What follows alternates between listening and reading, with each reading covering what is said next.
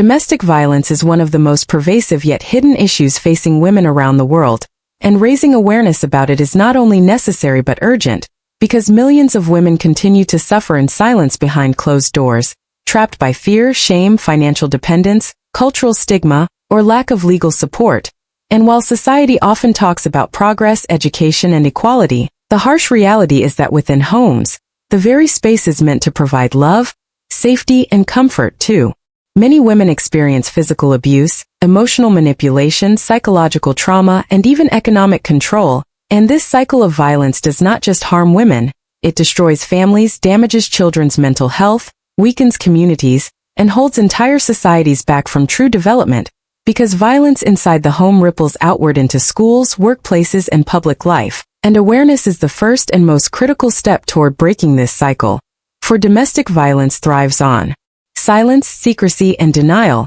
but when we openly talk about it, recognize the signs, and create safe environments for survivors, we take away the power of abusers and empowerment begins. And to understand the depth of the issue, we must look beyond stereotypes, because domestic violence is not limited to any one culture, class, or religion. It exists in wealthy families and poor households alike, in rural areas and urban cities, in educated and uneducated spaces, making it a global human rights issue that requires collective action. And though women are most often the victims, we must also recognize that children suffer greatly when they witness violence at home, carrying trauma that can last a lifetime, often perpetuating the cycle into the next generation unless intervention and healing occur. So awareness campaigns must focus not only on supporting women but also on protecting children, educating men, and transforming social attitudes that normalize control and aggression. And part of the challenge is that many women do not even recognize that what they are experiencing is abuse, because emotional violence, such as constant criticism, humiliation, isolation from friends and family, or controlling finances, is often dismissed as normal marital behavior. But the truth is that abuse is abuse whether or not it leaves physical scars, and breaking this misconception is critical, because until women are able to name what is happening to them, they cannot seek help. And here the role of education, media, and community leaders becomes vital, as they can spread awareness that domestic violence is not a private family matter but a violation of human rights, a crime, and a social issue that affects everyone. And survivors must know that they are not alone, that resources, hotlines, shelters, and laws exist to protect them, even if imperfectly, and that stepping out of silence is the first step toward freedom. And yet the fear of judgment, the stigma of divorce or separation, and financial dependence often force women to endure abuse rather than escape it, which is why true awareness must go hand in hand with real support systems. Shelters that are safe and accessible, legal aid that is affordable and fair,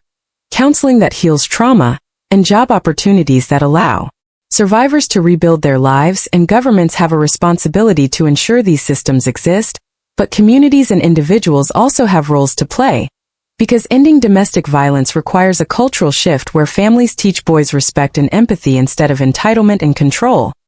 where neighbors do not turn a blind eye to screams from next door, where workplaces support employees facing abuse, and where survivors are not shamed but celebrated for their courage. And when awareness grows, societies can begin to change laws, enforce justice, and most importantly, change attitudes, because awareness is not about statistics or campaigns alone. It is about conversations in homes, classrooms, and offices, about telling women that they deserve safety and respect, about telling men that love cannot coexist with violence, about telling children that abuse is never acceptable, and about telling survivors that their lives matter. And domestic violence awareness must also adapt to new realities, because abuse is not only physical and emotional but also digital now, with abusers using technology to stalk, monitor, and harass women, making digital safety another critical part of awareness. And while the problem feels overwhelming, every story of survival, every campaign that breaks silence, every policy that protects victims, every community that stands with women is a step toward a world where homes are safe,